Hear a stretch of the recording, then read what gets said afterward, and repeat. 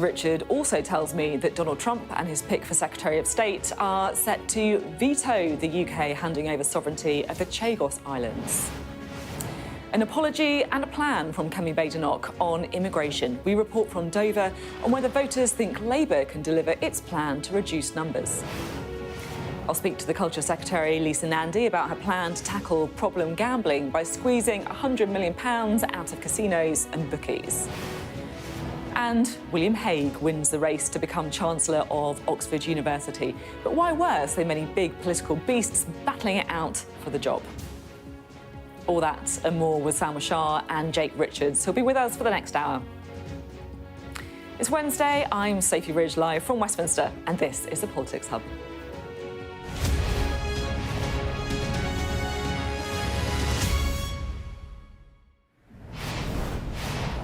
Hello, good evening. Well, according to the former head of MI6, we're at war right now with Russia.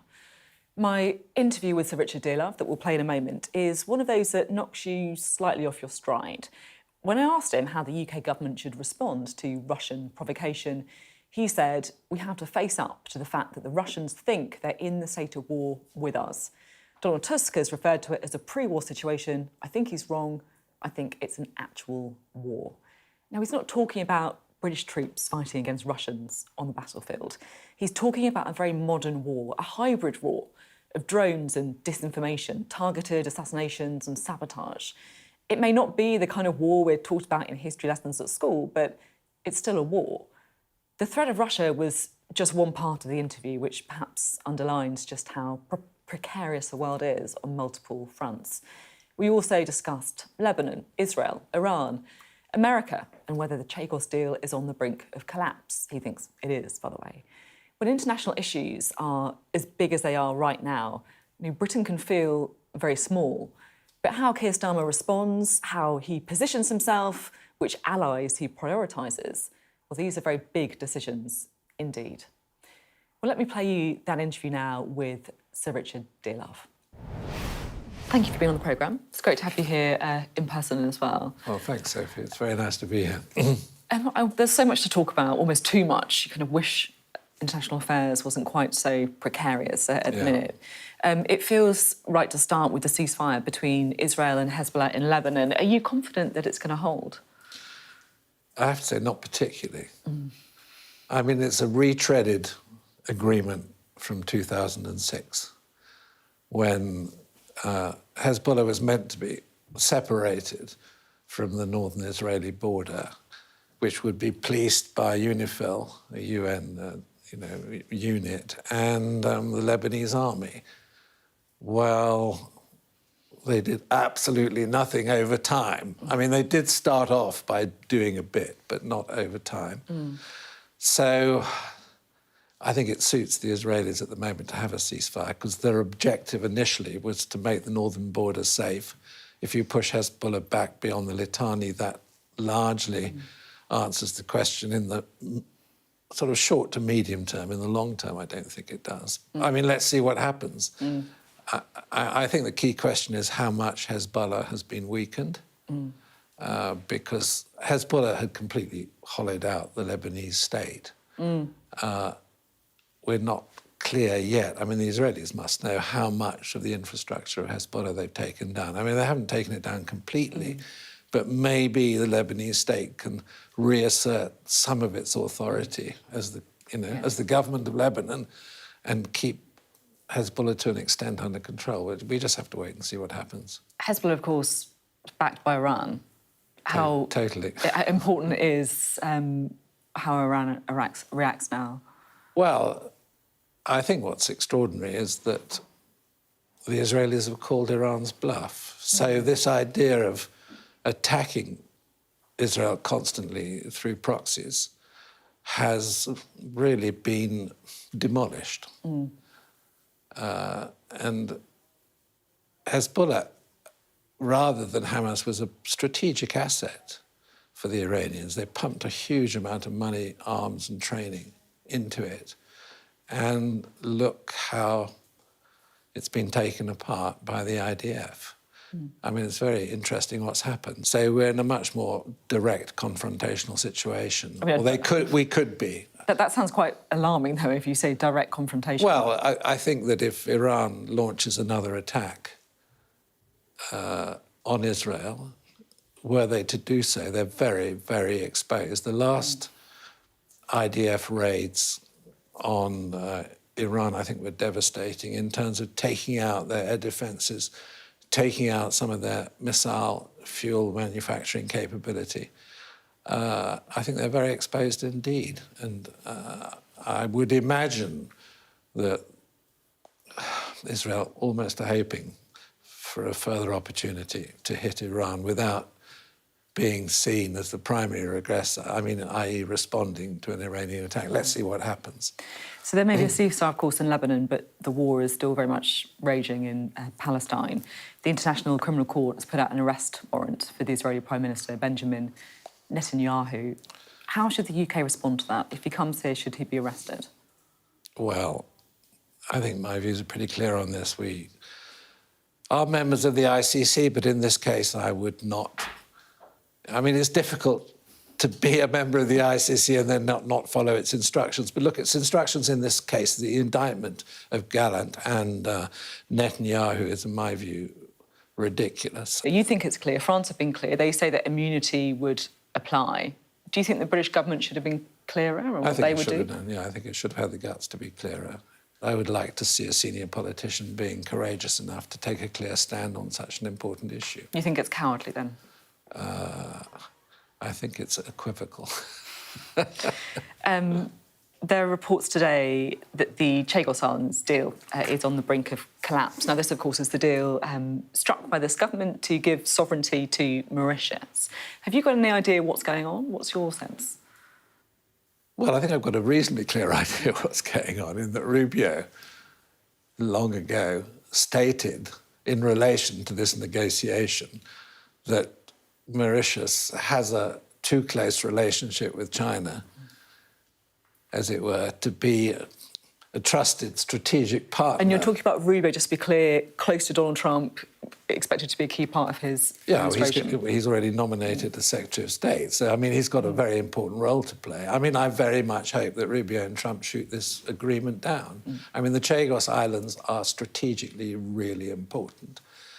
The Mauritian claim to these islands, which are 1,000 miles away from Port Louis, are, well, the case is weak. The case is based on a UN vote.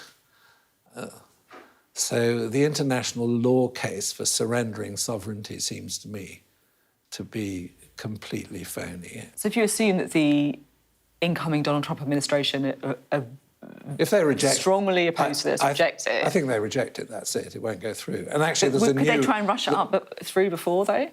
I don't think. I mean, given my understanding of the protocols between, an elected president and a serving president, you have this strange period of 3 months, or roughly 3 months, between November and January.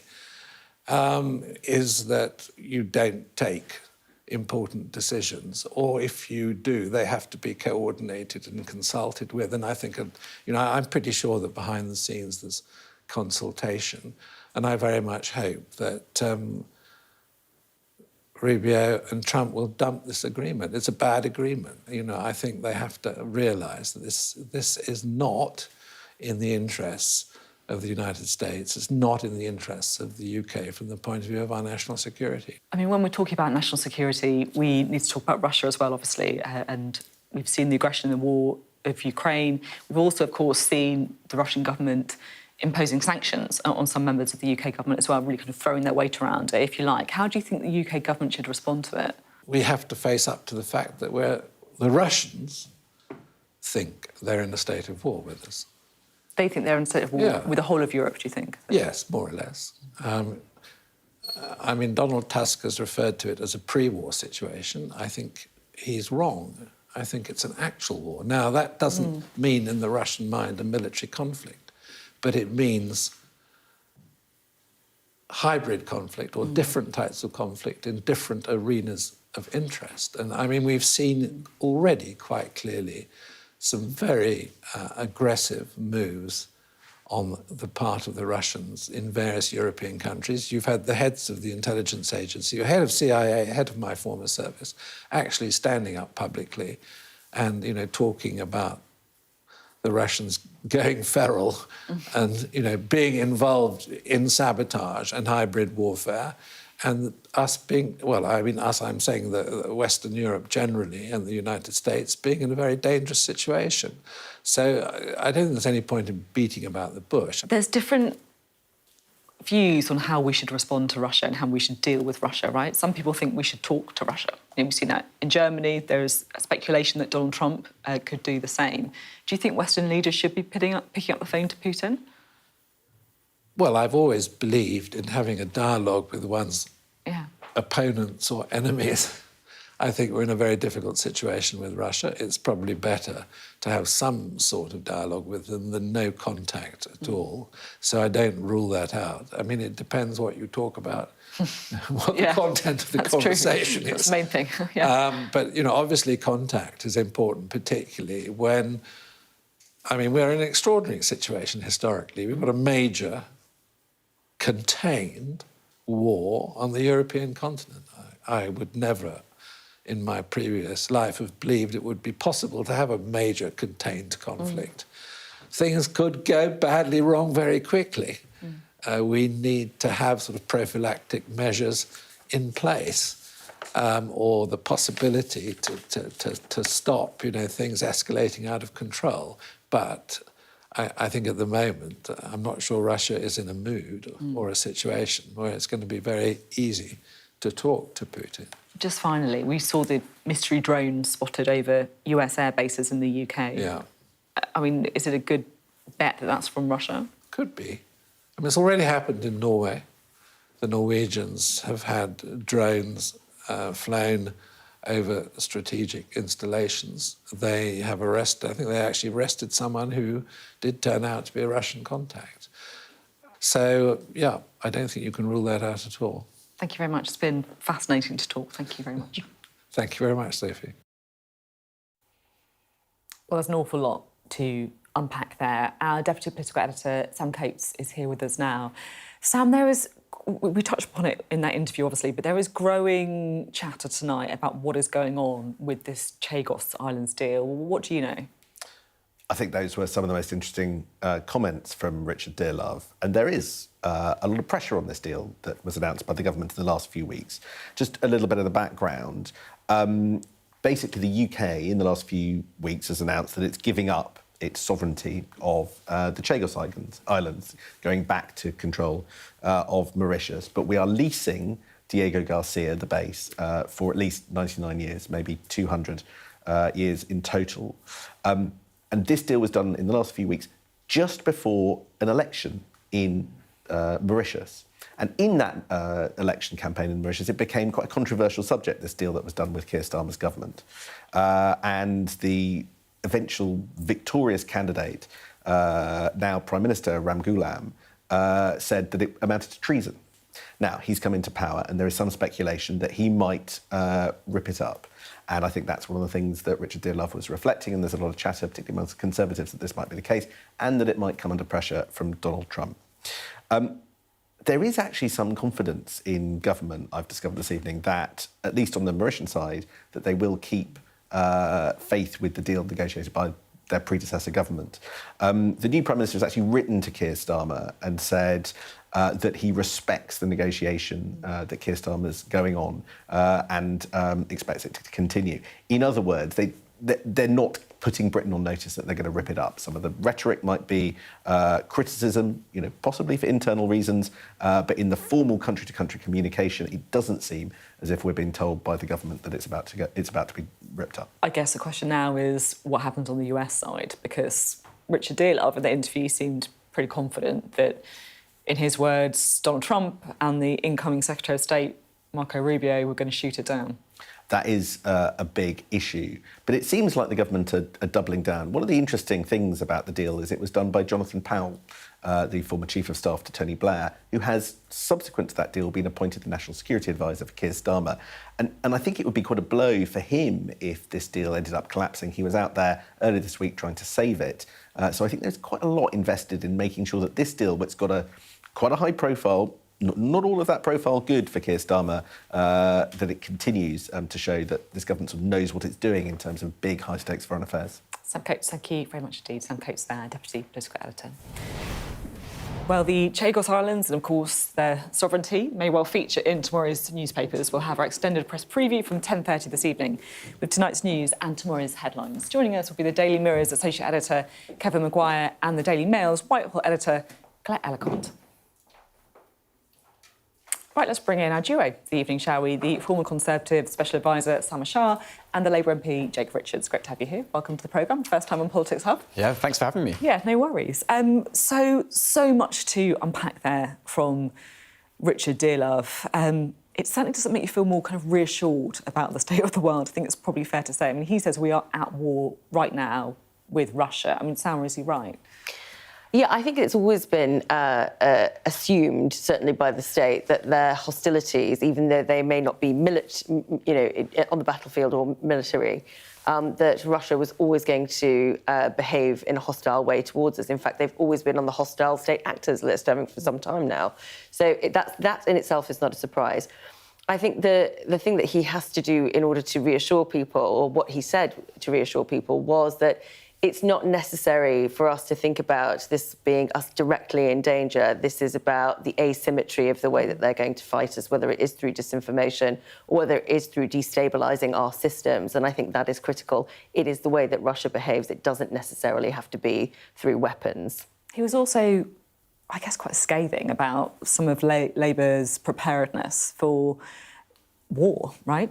Talking about the need to increase military spending to above 2.5% of GDP, some of these savings that have been announced by John Healey. What would you say to that? Well, look, I think what Sir Richard Dearlove said is what the government has been saying, that we live in a really dangerous world. And actually, we've got a strategic defence review that's in the process of being worked up, and that will be announced in the coming months. John Healey, the Defence Secretary, has been very clear that we've got the target of 2.5% of GDP on defence spending. Earlier this week, Pat McFadden made a really important speech about cybersecurity and the threat that Russia poses in that sphere as well. So, look, I don't think it can be said that this government isn't taking national security seriously. Keir Starmer keeps getting criticised for going abroad too much. Well, part of why he's abroad is because we are very aware, this government is very aware, that we live in dangerous times, and we need our Prime Minister, our Defence Secretary, our Foreign Secretary to be out there making the case, building alliances and working to keep us safe. It's difficult as well with the Ukraine war, isn't it? It's felt like for an awful long time it's been, I'm not sure the right way of putting it, but not progressing in either direction, right? You're in this kind of bitter, ingrained, entrenched battle between the two nations. Whereas now things seem to be shifting a little bit, partly, of course, because of what is happening with the United States, and thoughts now going towards what an end game could look like. It's something that you were sort of reflecting on, Salma.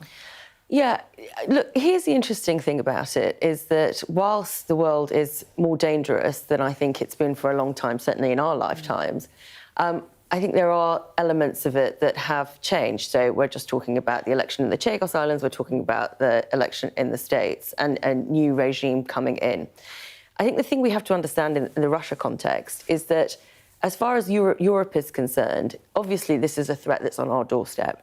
As far as the US is concerned, their bigger existential threat is further east. And this is a point at which the Western alliance is starting to fray a little bit in terms about what our our joint priorities are for each of our nations.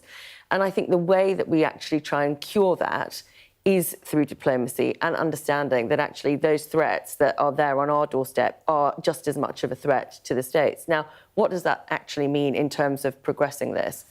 So Richard Dearlove's talked about having a line into Moscow, because it feels like what we are going to have to do is a negotiated settlement. Just as much as we're fraying with the US, we are fraying within Europe. You know, you pointed to it about, Germany wanting to have a different position with Russia than we do. I think the problem with that is the sense of justice with a hostile actor that has invaded another country is something that we will have to live with, potentially, if this does come to a settled conclusion. But if not, what are the chances of an all-out victory in Ukraine? And I think the sooner we lay out those options for people in order to understand really what is at stake, the better. I think this is it. It's, because I've spoken to a lot of people on these chairs about this, and, it's like almost trying to read Putin's mind. Is this a war with Europe where if you try and appease somebody, then you're only going to encourage them to become more aggressive in this battle? Or is this one of those wars where always, of course, you have to look at negotiated settlements, compromises, ugly kind of fixes? It's difficult to know. Well, look, we're in a really volatile position because you're right, on the battlefield there's been, it's basically been stagnant for so long, a tragic stagnant battleground. But actually we're in the interregnum period in the US, and we've seen Biden take further actions to support the Ukrainians, which is actually having some effect on the ground. But obviously we're waiting to see what President Trump will do. And at the moment we simply don't know what his attitude is going to be on this. And so the rest of Europe, NATO, are waiting with bated breath. And so, look, there is a degree of uncertainty. President Zelensky has come out and said he thinks that President Trump's election will mean that this war will end sooner. We don't know how that's going to end. In 24 hours, I think he said at one point, right? But he didn't. But he very purposefully didn't say how. And obviously, that's the question that is. We just at this point in time we don't know. Until then, we have to support Ukraine every inch of the way. But it does open up a bigger question, and reflecting on the earlier point about defence spending. And I don't want to make this partisan. I actually happen to believe that John Healey is a very good man, and I think he will be a very good defence secretary. But it is about saying, do we prioritise defence now in this world, in this new climate? And how do we justify that to the populace? OK, thanks both very much indeed, Samra and Jake there.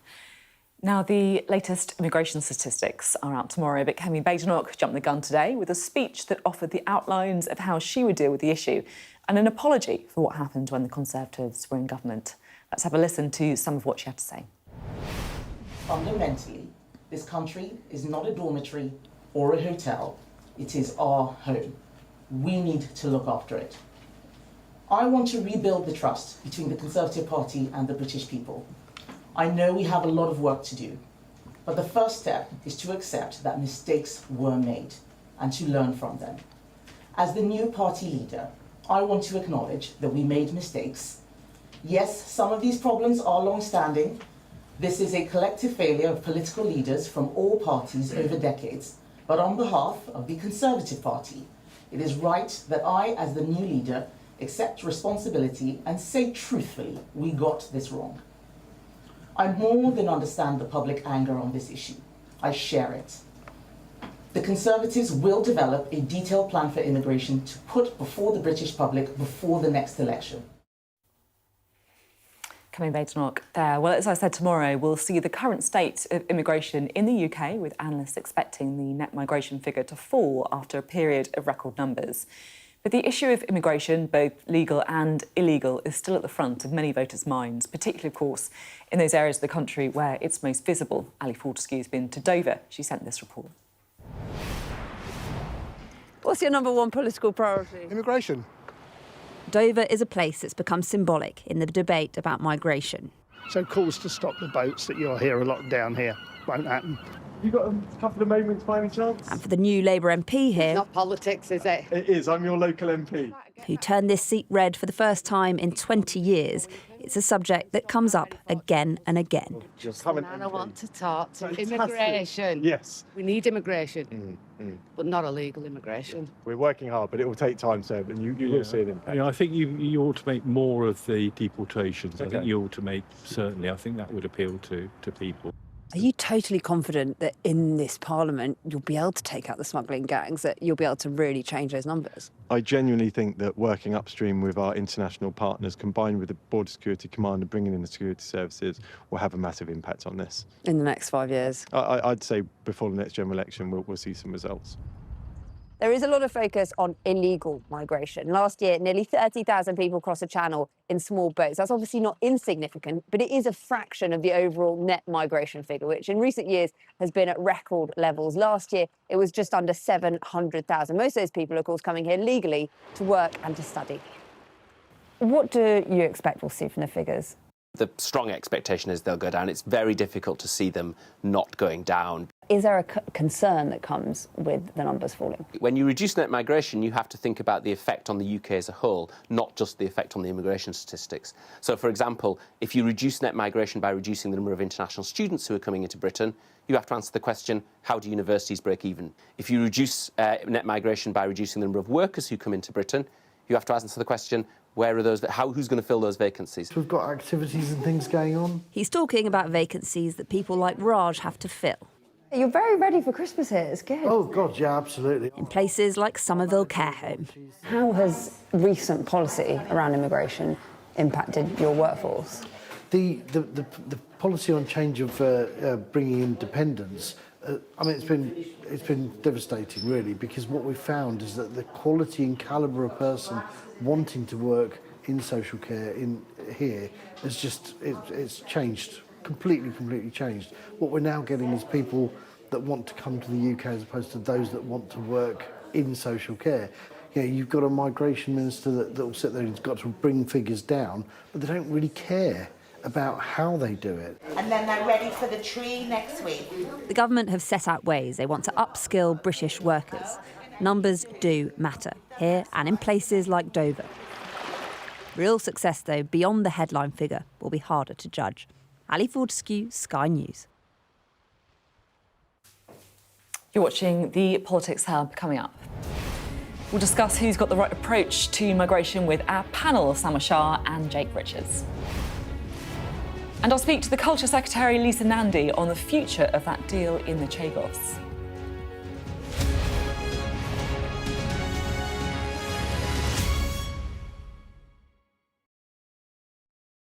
First Minister, how are you? Good morning. Good morning. Nice to see you. How are you feeling?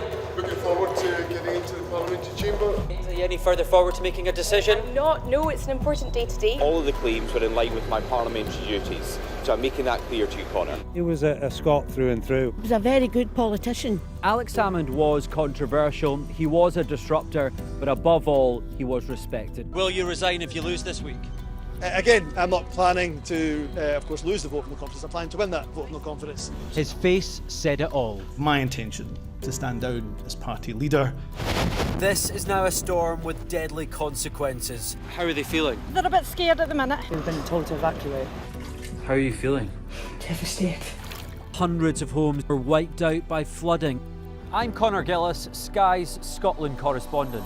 It was probably the darkest time in my life. Scott is 5 years sober after a cocaine addiction left him close to death. Scotland has a shameful record. Worse than England, the worst in Europe. Why not just say you failed? Because then you might get more respect from families who've lost loved ones. This is where one of the UK's most prolific rapists thought he'd got away with murder.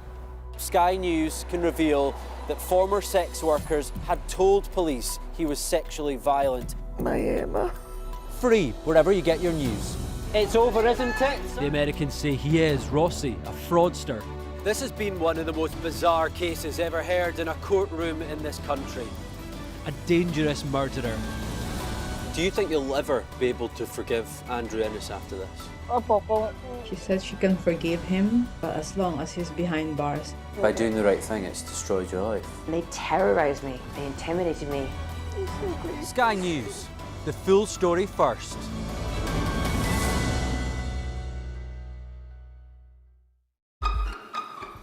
We've got your Sunday mornings covered. From the front page and the sounds of the streets to the voices of the people who make the major calls and big picture politics beyond Westminster. We'll put you at the heart of our story. A new start to Sunday. I'm ready. Are you? Join me, Trevor Phillips, Sunday mornings on Sky News. Hello, welcome back. Well, before the break, we were talking about immigration and hearing Conservative leader Kemi Badenoch set out her approach to the issue. Let's get the thoughts now of Salma and Jake, shall we? Jake, it became almost a kind of totemic issue in the election, didn't it? How much of a big deal do you think immigration is and getting numbers down? Well, massively. Look, I mean, it's in the top 3 issues that the public raise is important to them. And then your clip in Dover, the constituents there take it very seriously, as do mine. I mean, I think the quiet story of this government has actually been the efficiency in terms of deportations of people who shouldn't be here. It's gone up 20% under this government. We've reached 10,000 people. There's still a lot of work to be done, but actually Yvette Cooper and her team are slowly dealing with the backlog in the asylum process and dealing with some of these claims, but there's a lot more work to do. I thought that Kemi Badenoch's speech, if you can call it a speech, was, and I do try and watch my words, was pretty pathetic. You called it her approach to immigration. All it was really sort of a soft apology for 14 years of failure, without setting out any broad principles or any action that she would take as Prime Minister. Of course, it's early days, but really it's not going to be good enough. What do you make of that? So, as you know, I'm a former Home Office Special Advisor, so this is something that I know in detail in terms of policy. So, according to Jake, you've been failing. Oh, well, actually, years of it. Actually, in my tenure, it was quite good. But the reality is that you have lots of unintended consequences of things that have happened. So we leave the EU, freedom of movement is curtailed, you create all kinds of problems for the labour market because you don't have that European immigration coming in, but you are reducing numbers. You then also have the net effect of checking lorries, so things that you might not have seen previously coming through the border is now finding different routes. So you see illegal routes like boat crossings coming over. So there are technical issues. The fundamental thing is that are we using the right metric, which is the net migration number in and of itself? Is that really the thing that people are challenging and worried about? Or is it in relation to numbers on the pressure on public services? Is it numbers in relation to communities and the way they change and those places that really used to be called the left behind towns, under the Boris Johnson government? And are we really dealing with the underlying frustrations of people rather than just talking about immigration upstream? Just on the Kemi Badenoch point, I get it. We're all saying the same thing that we've been saying for the last 10 years, and that's the new Labour government included, talking about dealing with things upstream. I mean, I can point to a whole host of Conservative ministers who said the exact same thing. I think that with Kemi, without having the plan, it doesn't sound substantive. However, I think she is trying to deal with the issue of trust, and that is what the apology was about. Soft as it may be, without a plan as it may be, there is that first thing that she needs to do, which is say, I get it. I mean, today at Prime Minister's question, she called for the Prime Minister to resign in the general election. Today she's making an apology. An hour later, she made an apology for 14 years of failure under her government. I mean, it just is incoherent at the moment. So I think she needs to up her game. I actually agree with what you say about the broad conversation we have about immigration. So it's very easy to say, look, the numbers are coming down, that's great. Actually, what people really want is control. Control of the borders, knowing who is coming here, why they're coming here, why we need certain people to work in our economy, why some people perhaps shouldn't be here. And that conversation, the conversation about immigration, it's not that we don't talk about it enough in our politics, we do, but it's the way we talk about it. And I think sometimes that debate is not grown up enough. And I hope that this Labour government will raise the standard in that. OK, thanks both very much indeed. Certainly, I'm sure it's going to be something we're going to be talking about an awful lot in the months ahead. Coming up next on the Politics Hub, my interview with Culture Secretary Lisa Nandy as the government announces a new plan to tackle problem gambling by squeezing £100 million out of casinos and bookies.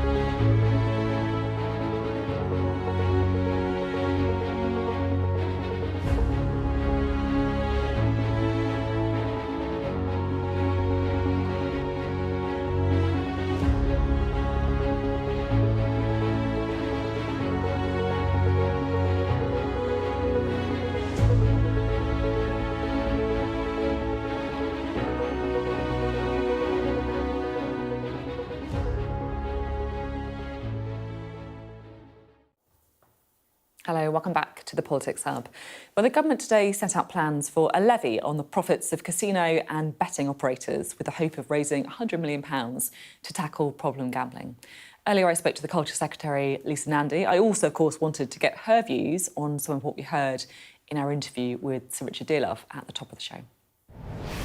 Great to have you on the programme. Thank you very much for being here. So you've got an announcement about gambling. Tell me about it. Well, we know that gambling is a great pastime for a lot of people. It brings a lot of joy to people. I have the Tote headquartered in my constituency, and every year people get a lot of love out of gambling. But we also know that it creates harm for some people, and really significant harm. At worst, it can ruin lives. And so what we're announcing today is that we're introducing a statutory levy on the gambling industry to make sure that we can properly fund research into gambling harms, prevention, and also the treatment that people need in order to make sure that they can make a full recovery if they are adversely affected. We think this will have a significant impact, particularly on young people, and we're really pleased that the gambling industry has been working with us as part of the consultation that we've been doing to make sure that we get this right. Do you think they're a responsible industry? My experience certainly of the Tote in my constituency over very many years is that not only are they responsible, but they care about the industry too. They want to make sure that they have long-term customers who can continue to enjoy gambling, who don't lose all their money and ruin their lives. But there are some forms of gambling, like the online slot machines, which particularly for young people can become very, very addictive. And that's why one of the things that we're announcing today is that we're also going to have a limit on the stake that you can bet online, so that people don't get pulled into spending far more than they can afford. Are you a gambler? Do you have a little flutter on? Not really, No? to be honest, because I have put bets on a few things in Not the past. Not the election, I hope. Not on the election, no, definitely not on the election. I've just gone out and knocked on doors. But when it comes to gambling, the only time I've ever had a flutter, I've lost big time. So not really for me. But I do enjoy the sort of sport. I'll go down to the horse racing. I went to the dogs a little while ago, that sort of thing. I want to talk to you a little bit about international affairs, because it feels at the minute we are almost engulfed by a very precarious situation around the world on lots of different fronts. And I've just spoken to Sir Richard Dearlove, the former head of MI6, which was quite a startling interview, I'll be honest with you. He said we're not in a pre-war state with Russia. We're in an actual war with Russia, a hybrid war on different fronts. Do you think that is how we should see it? Well, I think it's an incredibly serious situation, but obviously all minds, including ours, as the UK government, are focused on how to bring an end to the war in Ukraine, how to make sure that Ukraine can rebuild, that they secure their freedom, and that they win that war. And we've been steadfast in our support for that. We've been tough about the view that we've taken on the actions of the Russian government and the Russian president, and we'll continue to do that. We'll continue to stand with Ukraine and to work with our allies across the board. I know it's something that the Prime Minister takes very seriously. He's had some criticism for the amount of foreign travel that he's done, but actually given all of the foreign crises that we've got and the impact that it's having already on people here in the UK, I think it's absolutely right that we've made it a priority as a new government to repair our relationships with our allies across the world. You see, Sir Richard Dearlove doesn't think you're prioritising security enough, particularly when it comes to defence spending.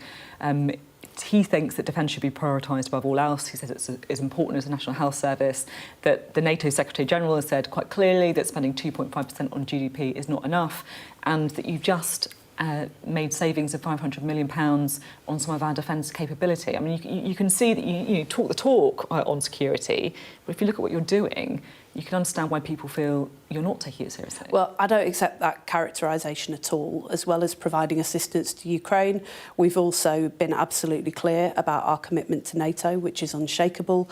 We've been repairing those relationships with our closest allies, and when it comes to defence spending, we did make a commitment to increase defence spending, but what we didn't do is what the last Conservative government did, which was to make that commitment without putting a single penny behind it. We are committed to increasing defence spending. That's something that our Secretary of State, our Defence Secretary John Healey, is working with the Chancellor very closely on. It is a priority for us, but what we're not going to do is make promises that we have no intention of keeping, which the last government did. Our allies need to know that we're serious, but also so do our so do particularly Putin needs to know that we're absolutely serious, and we've already shown that we are with the support that we've provided to Ukraine, and we intend to make sure that we have exactly what we need behind our armed forces in the broadest sense, so that we can defend the UK from the very many threats that we face around the world. And then just finally, there's a lot of speculation about the Chagos deal right now, this evening. So that's where Britain's decided to give sovereignty of the Chagos Islands to Mauritius. Now, Sir Richard Dearlove says he thinks that deal is going to collapse, that the Trump administration is just not going to accept it, and that it should collapse, that it's something that is bad for our security. What would you say to that? Is that definitely going to happen? Well, the new administration are free to have that conversation with us as a new government, but actually I think they will find that this is in Americans' interests, it's in Britain's interests. And don't forget, this is a deal that the last Conservative government was trying to strike before the election, but failed to do so. We couldn't continue with a situation where the future of not just the Chagos Islands, but the military base that is there was uncertain. That wouldn't have been in the interests of British security. I don't believe that would have been in the interests of American security either. That's why we struck the deal. That's why we got on and gripped the challenge that we had in front of us. And as a new government, that is exactly how we're going to govern. So it's going to keep going then, the deal? You think it's going to happen? Look, I don't have any concerns about the Chagos deal. I think once the new administration comes in, they'll examine that. They'll obviously want to look again at the decisions that were taken by the Biden administration, but I think they'll realise that it's in our mutual interest to have done that deal. OK, thank you very much. Thank you. My interview there with the Culture Secretary, Lisa Nandy. Now, the Chancellor has confirmed a rethink of the rules that force car makers to produce more electric vehicles. Rachel Reeves said it was important the government got the balance right after an industry backlash. And it also comes after Vauxhall's owner announced the closure of its factory in Luton yesterday. Our business and economics correspondent, Paul Kelsey, has the details. Shifting electric cars off showroom forecourts onto front drives has been a challenge for the motor trade, with public demand for emission-free driving falling behind targets set by government that ministers are now set to relax. We will be shortly fast-tracking a consultation on our manifesto commitment to end the sales of new purely petrol and diesel cars by 2030. We want to do everything we can, together with industry, to secure further investment into the British automotive sector now and over the long term. Vauxhall blamed its decision to end production at its Luton van plant on electric sales targets, underlining industry concerns. Petrol and diesel still account for 60% of new car sales, but their market share is falling. Battery electric and hybrids are all rising, with battery electric cars accounting for 18% of sales, an increase, but not enough to hit the 22% target, below which manufacturers could face fines. Let's create the demand by incentivising with some sort of tax break, so it's not just the industry, which is currently spending about £2 billion this year alone trying to incentivise these vehicles to private consumers. There's no shortage of different size models, different budgets. For many potential buyers, going electric still feels like a risk. Auto Trader has 80 million visitors a month to its website, many curious but cautious about plugging in. The main barriers to buying electric are the same barriers that exist to a degree for petrol and diesel. Cost, the outright cost of a new electric car is still on average 30% more expensive than its petrol counterpart. People are worried that the range and the public charging infrastructure isn't where they need it to be to make that switch. Mainly it's driven still by budget.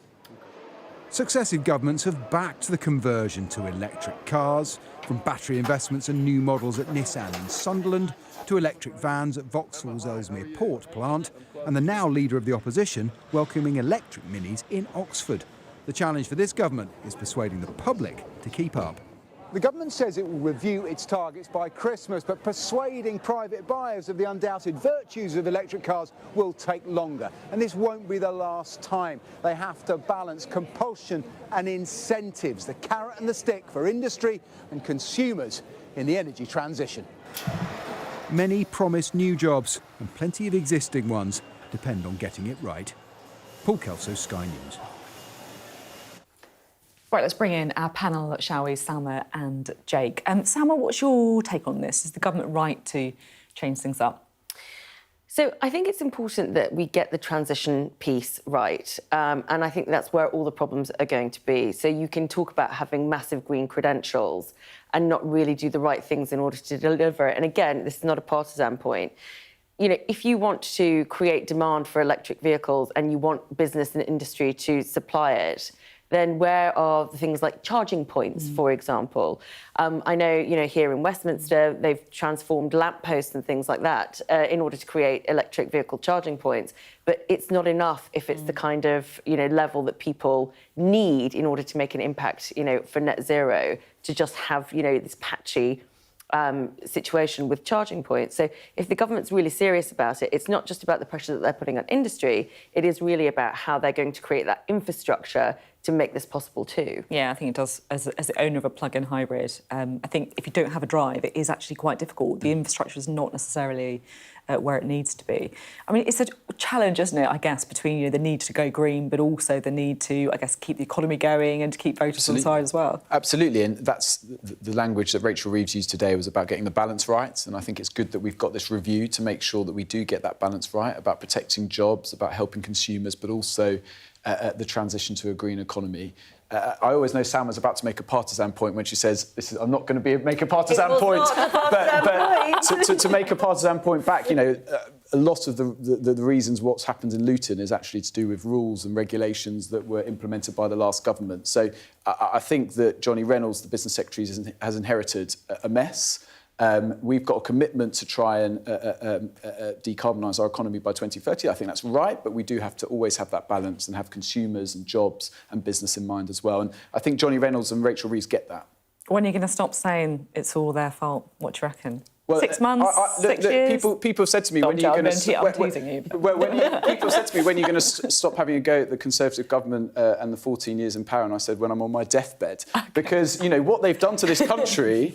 We might be back in by then. You know? Well, perhaps, and done more damage. But blaming the Labour government. OK, when you show me where there's been an increase in charging points, because this is actually... We are asking people to make this big financial outlay at the same time as there's a cost of living issue, at the same time as tax rates are going up, at the same time as the economy is contracting. And so this is the kind of thing that tips people over the edge, where they are going to have to switch to different vehicles, which is another cost that's added, and more inconvenience if you can't actually charge that. So we have to have a holistic approach to this and really understand that it's not just about the siloed decisions that we make in any of the departments or just responding to business. There's a holistic approach that we need to take. I completely agree, and infrastructure is critical. But I do think unless you have that leadership at the top of government, you'll never get anywhere, because it's always difficult to transition to a greener economy, for more renewable energy. But you do need that leadership and those targets to keep government on track, whilst also, of course, always recognising the balancing act that we have. And, you know, the cost of living crisis and helping working families is always going to be the priority of this government. I look forward to seeing you here in 2 years and seeing how you're getting on with that. Can't wait. OK, thanks. Looking forward to that one. Thank you both very much. Still to come on the Politics Hub. With the former Conservative leader Lord Hague announced as the new head of Oxford University, we're going to send our panel back to the exam hall and test their knowledge of other well-known university chancellors. That's next. Coming up on the UK Tonight, we'll speak to the sister of murdered Sasha Marsden about her campaign to give victims more time to appeal against lenient sentences. Plus, with more than 2 million people suffering from domestic abuse in the past year, why are so few cases leading to convictions? All that and much more on the UK Tonight at 8.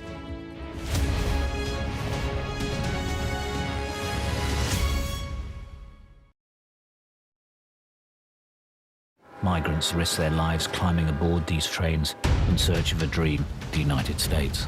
It's really dangerous. They often get robbed on this train. They suffer a lot, by police, cartels. What happens to them next, we just don't know. Do you miss your mum? Yeah. With Trump coming to the presidency, how much longer will people be accommodated? The journey you've been through, it's been very difficult at times. Has it been worth it? See. This is a journey which goes by one name, the Beast. I'm Siobhan Robbins, Sky's Europe correspondent based here in Berlin. In Sweden, police have seized a lethal stash. Anyone of any age could say, I'll do that for £1 million and then have to go and shoot someone. Yes, Sky News, the full story first. I'm Greg Milam and I'm Sky's Chief North of England correspondent. This is insane. This was a bustling residential area. I'm Yusra Al-Bagher, Sky's Africa correspondent based in Johannesburg, South Africa. How difficult is this to police tonight? Off the scale. I'm Dan Whitehead, Sky News' West of England and Wales correspondent. Trust in politics is at an all-time low. What's going wrong and can we fix it? It's from Liz. She wants to know, why is there still no sign of the Labour Party electing a woman as leader? It's sort of embarrassing. You know, it takes a very strong man to be leader, but it takes an even stronger man to support a woman for leader. If you want to be mean to politicians, like, crack on. The activists that go out and make elections happen, I kind of feel like just don't be horrible to them. Be polite to them in the same way that they're polite to you. Keir Starmer has got us into government with a big majority. He was completely clear before the election that he wasn't going to be able to do the two-child benefit policy, but I wouldn't be surprised if it isn't an early thing that comes along. I went up to Gordon Brown and said, hello? No, yes, where is it? I said, found all these Tory candidates breaking land. Let me see it. This is brilliant.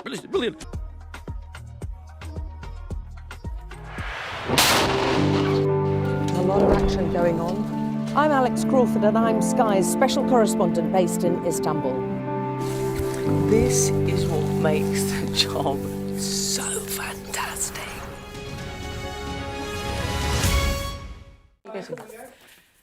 Hello and welcome back to the Politics Hub. Now, Lord Hague led the Conservative Party over 20 years ago, and today it's been announced that he's going to take on a rather different leadership role because the former MP, now Baron of Richmond, has been elected as the new Chancellor of the University of Oxford. But he's not the first famous face to head up one of our higher education institutions. So in true Politics Hub style, we've designed a little quiz, true or false, very easy, for our panel to test their knowledge. Right, are you ready? Yeah, welcome to the Politics Hub quiz. We love a quiz in the Politics Hub. Right, the University Chancellors, the quiz. Here we go. I'm going to read out a statement and you have to tell me if it's true or false. The first one. Theresa May is a Chancellor of the University of Reading. False. Definitely. It is false. Oh, it is false. Say true. Yeah, you're going to get a point. Okay. She is a patron, but she is not the Chancellor. Right, OK, what about Hillary Clinton? What about Hillary Clinton? Hillary Clinton is a Chancellor of Queen's University, Belfast. I think she got an honorary degree, True. but she's not the Chancellor. I'm going to say true. Honorary degree, not Chancellor? Here we go. It's true. Oh, no. It is true. She is the Chancellor. 1-1. Wow. Right, Boris Johnson. Boris Johnson is a Chancellor of Brunel University, the former Prime Minister, Chancellor of Brunel University of London. This is obviously just a ceremonial role, so there's no work involved, presumably. What point are you making here? Lots of parties. It could, yeah, but that could be true because I can understand why they would want someone like him as ceremonial. I think false. Okay, fine. It says false there now. It is false. Did you just read it off the screen? No, I got that you first, did. That was cheating false. It is false. No. He has an honorary degree from there. OK, right, let's go celebs now. Daniel Craig, the politics Chancellor of Guildhall School of Music and Drama. That is not Daniel Craig, by the way, if anyone's confused. That is Daniel Craig. Is Daniel Craig the Chancellor of Guildhall School of Music and Drama? False. False, yeah. False. You are correct. He did graduate from there. And how about Ruby Wax? Ruby Wax, Chancellor of the University of Southampton. True or false? Just waiting for her. Here we go. True. True. Yes, you're right. It is true. Well done. Very good. You definitely just copied me, by the way. Yeah, I think we're doing pretty well here. I think this is actually not bad. This is not bad. Right, and finally, the Dame of Bake Off, Prue Leith, Chancellor of Queen Margaret University. True or false? I've never even heard of Queen Margaret. I haven't either. I'm going to say true. True. It is true. Yeah. I think we basically got everyone right. I think you did pretty well. Yeah, that was At excellent, I least. have to say. That was a good performance. That was very good. It sounds like quite a good job, don't you think? Yeah. Chancellor of the University of Oxford? Although you're not paid for it. So I wouldn't say it's more voluntary work than a job. Yeah. You could probably make quite a packet of all those speaking gigs you get afterwards, though, right? That's exactly it. Maybe he can afford to have a job that doesn't pay. Yeah. William Hague will be good. He's a Rotherham lad, done well, and I think he'll be a great Chancellor. Yeah, love it. Right, thank you both very much indeed. A real range of things chatted about on the programme today, from Daniel Craig to war with Russia. So there we go, classic Politics Hub. That is it from us tonight. I will see you tomorrow at 7. Up next, it is the UK Tonight with Sarah J. Mee, and at 9 p.m, of course, you have The World with Ialda Hakim. But I'll see you tomorrow night at 7 p.m. Have a great evening.